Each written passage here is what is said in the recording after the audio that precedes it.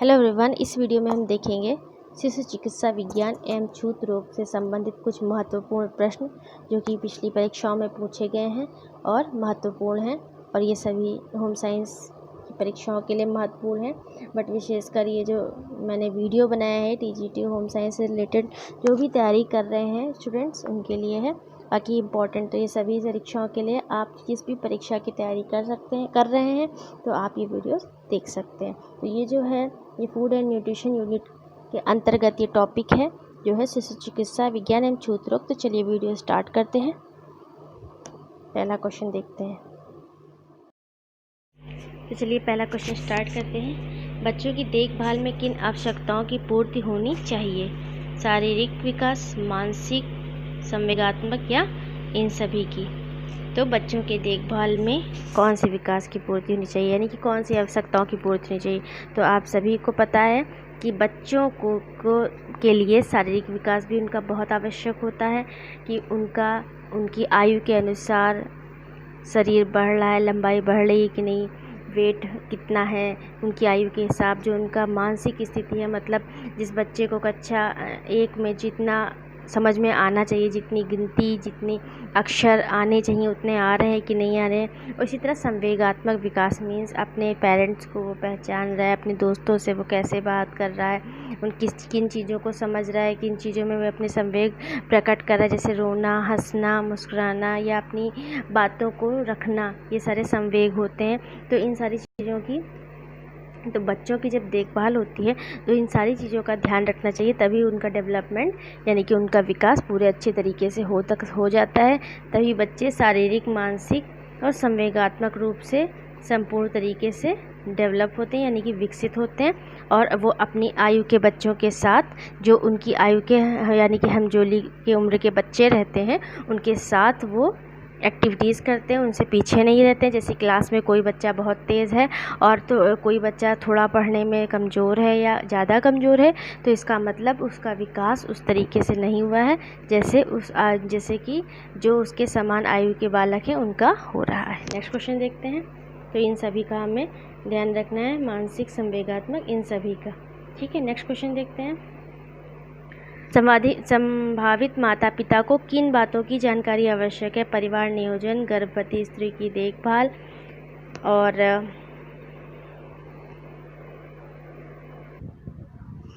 सुरक्षित प्रसव का महत्व, बच्चा तथा उसकी माँ के पोषण का महत्व, बच्चे को बाल कल्याण केंद्र पर ले जाने का महत्व, उपरोक्त सभी। जो सही ऑप्शन है वो है डी, यानी कि उपरोक्त सभी। संभावित माता पिता को किन बातों की जानकारी होना आवश्यक है? कि परिवार नियोजन और गर्भवती स्त्री के देखभाल के बारे में भी उसे पता होना चाहिए कि गर्भवती स्त्री की देखभाल किस प्रकार से करनी है, कौन कौन से पौष्टिक तत्व उसको भोजन के रूप में देने चाहिए, कब इंजेक्शन लगवाना है, किस प्रकार से उसका ट्रीटमेंट यानी कि दवाइयाँ प्रदान करनी है, ये सारी चीज़ें पता होना चाहिए। परिवार नियोजन क्या होता है, कितने बच्चे, एक बच्चे के बाद कितनी गैपिंग रखनी है, कितने बच्चे करने, ये सारी बातें परिवार नियोजन के अंतर्गत आ जाती हैं। और सुरक्षित प्रसव का महत्व उसे मतलब पता होना चाहिए कि सुरक्षित प्रसव कैसे होता है। प्रसव से संबंधित समस्त प्रकार की जानकारी होनी चाहिए जिससे कि प्रसव में किसी प्रकार की समस्या ना हो। ठीक है,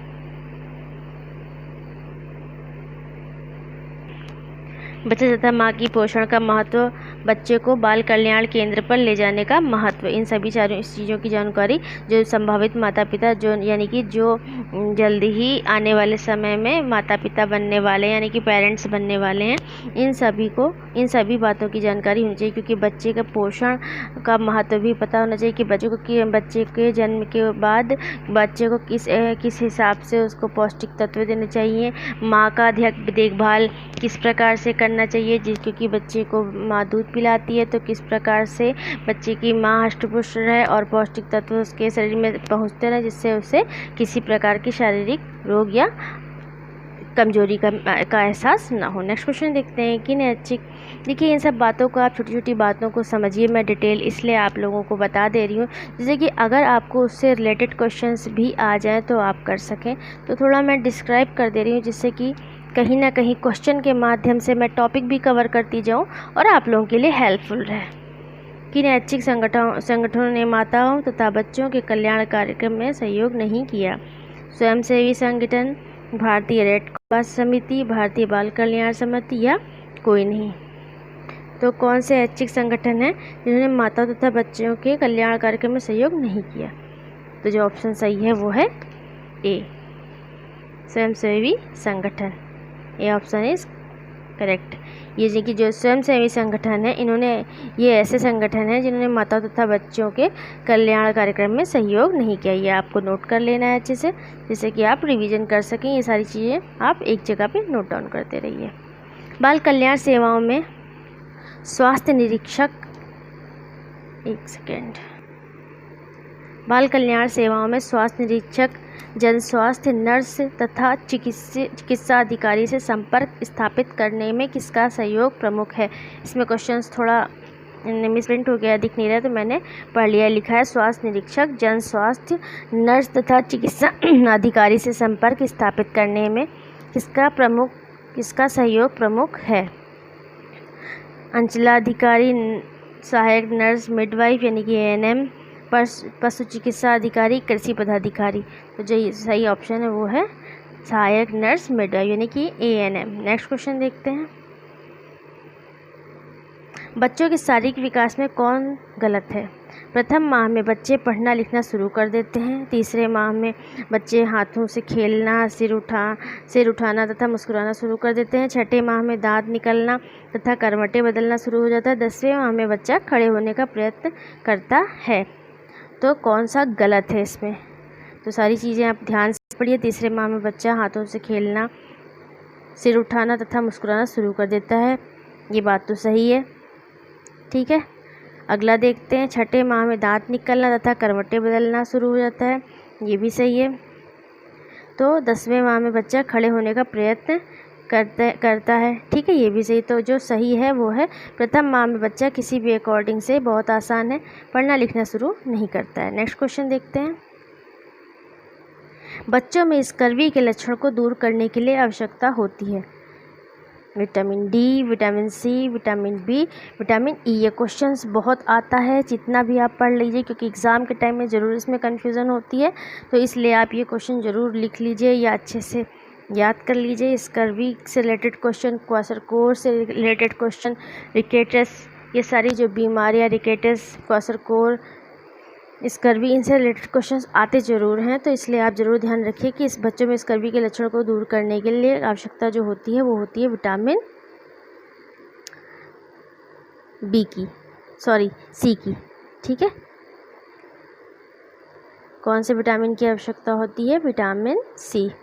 विटामिन सी किन पदार्थों में पाया जाता है? विटामिन सी खट्टे पदार्थों में पाया जाता है, जो मोस्टली ये खट्टे पदार्थों में पाया जाता है, और भी बहुत सारे जो भोज्य पदार्थ हैं उनमें पाया जाता है, बट अगर सबसे ज़्यादा की मात्रा की जाए तो खट्टे फल में विटामिन सी पाया जाता है। नेक्स्ट क्वेश्चन देखते हैं। पाँव से चलने वाले बच्चे के संतुलित सादे आहार में आवश्यकता होती है प्रोटीन की, विटामिन और खनिज लवण की, वसा और कार्बोहाइड्रेट की, यानी कि या उपरोक्त सभी की। तो इसमें से जो सही ऑप्शन है वो है पाँव से चलने वाले बच्चे के संतुलित सादे आहार में, जो संतुलित और सादा आहार है उसमें किसकी आवश्यकता होती है? उसमें आवश्यकता होती है उपरोक्त सभी की, ठीक है। उसमें बच्चे को प्रोटीन की भी आवश्यकता होती है, क्योंकि प्रोटीन है हमारे शरीर के वृद्धि एवं विकास के लिए बहुत अधिक आवश्यक होता है।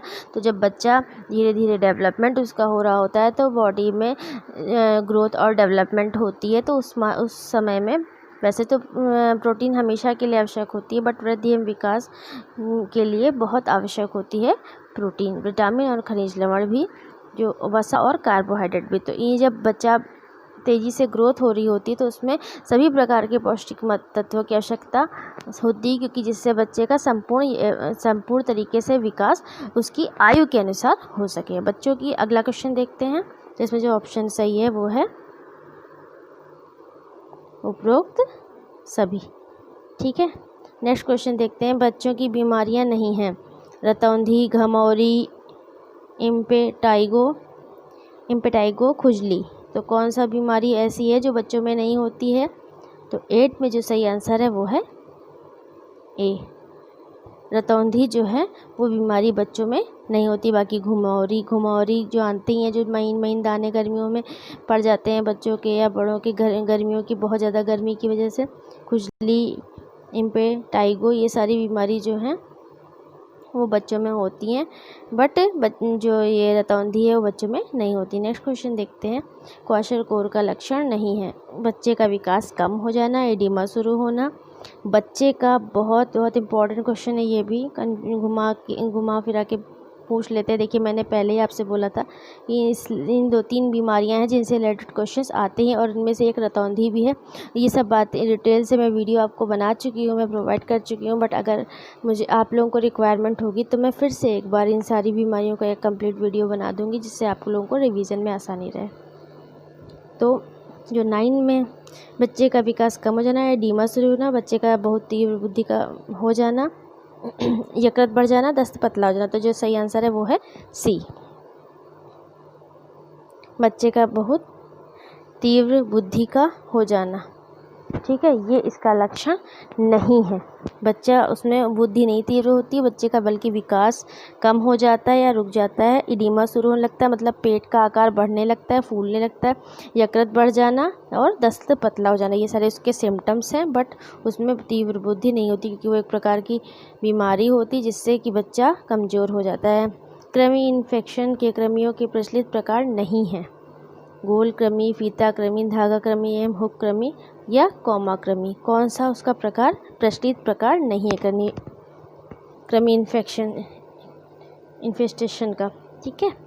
तो जो सही आंसर है वो है 10th में डी, कॉमा कृमि, ठीक है, ये कृमि के प्रचलित प्रकार का हिस्सा नहीं है। नेक्स्ट क्वेश्चन देखते हैं अब हम लोग।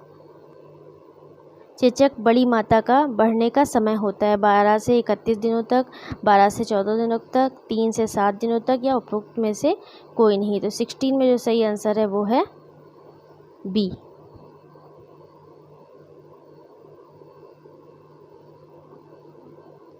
बारह से 14 दिनों तक, ठीक है। चेचक बड़ी माता का जो बढ़ने का समय होता है वो है 12 से 14 दिनों तक, ठीक है।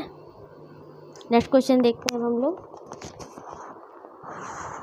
डिप्थीरिया के परिणाम होते हैं बेसिली के कारण गले में भूरी झिल्ली बन जाना, हृदय एवं गुर्दों को प्रभावित करना, टॉक्सिन द्वारा स्नायु तंत्र पर प्रभाव पड़ने से लकवा होना, उपरोक्त सभी। तो 17 में जो सही आंसर है वो है डी, यानी कि डिप्थीरिया के कारण जो होते हैं, बेसिली के कारण गले में भूरी झिल्ली भी बन जाती है, हृदय एवं गुर्दों को भी प्रभावित करती है ये बीमारी। हृदय और जो गुर्दे होते हैं वो सही तरीके से कार्य नहीं कर पाते हैं। टॉक्सिन द्वारा स्नायु तंत्र पर प्रभाव पड़ने से लकवा होना, मतलब इसमें लकवा जैसी स्थिति भी उत्पन्न हो जाती है। तो इसके ऑप्शन जो हैं वो सारे सही हैं, उपरोक्त सभी। नेक्स्ट क्वेश्चन देखते हैं। डिप्थीरिया निरोधक उपाय है सिंक जांच, ट्रिपल वैक्सीन, वाहकों का उपचार, उपरोक्त सभी। तो 18 में जो सही ऑप्शन है वो है डी, सिंक जांच, ट्रिपल वैक्सीन, वाहकों का उपचार, ये सभी, ठीक है। इसके जो उपाय हैं वो ये सभी हैं। कौन सा रोग बेसिलाई पर्टुसिस द्वारा होता है जिसमें तेज खांसी तथा खांसने के बाद सांस खिंच जाती है? काली खांसी, डिप्थीरिया, हैजा, चेचक यानी कि बड़ी माता। तो कहीं कौन सा ऑप्शन सही है? ए। जो काली खांसी है इसमें जठरांत विकार के कारण है। अनुपयुक्त भोजन, मल उतारने वाली दवाइयों के उपयोग, विषपान तथा संक्रमण का उपयोग।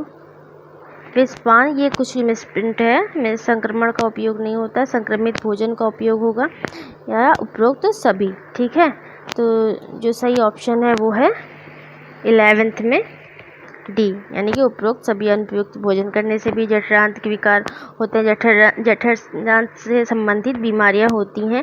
मल उतारने वाली बहुत अधिक ऐसी दवाइयां जिनसे कि हमें मल त्याग करने में आसानी हो, जैसे किसी का पेट खराब हो गया, किसी को प्रॉब्लम है, तो वो मल उतारने वाली अत्यधिक दवाइयों का सेवन कर रहा है, उससे भी ये प्रभाव पड़ता है। और विषपान यानी कि ऐसे विषैली चीज़ों को खाने से या संक्रमित चीज़ों को खाने से भी जठरांत विकार के जो संबंधित बीमारियां होने की संभावनाएं रहती हैं। तो जो ऑप्शन है वो है सही, उपरोक्त सभी। नेक्स्ट क्वेश्चन देखते हैं। वायरस द्वारा शिशुओं में होने वाले सामान्य छूत है measles, German measles, chicken pox तथा चेचक या उपरोक्त सभी। तो ये सारी चीज़ें शिशुओं में ये कौन, सबसे पहली बात तो आप ये ध्यान रखिए कि चिकन पॉक्स तथा चेचक पूछा जाए ये क्या है, तो ये वायरस है। इससे इस तरह से भी क्वेश्चन पूछ लिया जाता है कि चिकन पॉक्स तथा चेचक बैक्टीरिया है, वायरस है, क्या है, तो ये एक वायरस है। जर्मन मीजल्स भी एक वायरस है और मीजल्स भी एक वायरस है, ठीक है। तो ये सामान्य छूत है, शिशुओं में होने वाली सामान्य छूत के अंतर्गत ये तीनों आते हैं। तो ये ज़रूर ध्यान रखिएगा, वेरी इंपॉर्टेंट क्वेश्चन है, इससे रिलेटेड क्वेश्चन आते ज़रूर हैं। तो आप ध्यान रखिएगा, ये तीनों जो है measles, German measles, chicken pox तथा चेचक, ये शिशुओं में होने वाली सामान्य छूत की बीमारियां हैं। नेक्स्ट क्वेश्चन देखते हैं। चिकन पॉक्स के समय होता है 12 से 21 दिन का, 12 से 14 दिन का, 7 से 12 दिन का या 1 से 7 दिन का। तो इसका जो सही ऑप्शन है 13 में वो है ए, 12 से 21 दिन का। नेक्स्ट क्वेश्चन देखते हैं कि इसमें लाली चौथे दिन प्रारंभ होती है, छोटी माता, चेचक, उपरोक्त दोनों में इनमें से कोई नहीं। तो लाली चौथे दिन में प्रारंभ होती है किसमें, चेचक यानी कि बड़ी माता में। ध्यान रखिएगा, जो लाली है वो चौथे दिन प्रारंभ होती है, मतलब जो छोटे छोटे से दाने होते हैं वो लाल कलर के कब होने लगते हैं, चौथे दिन, ठीक है।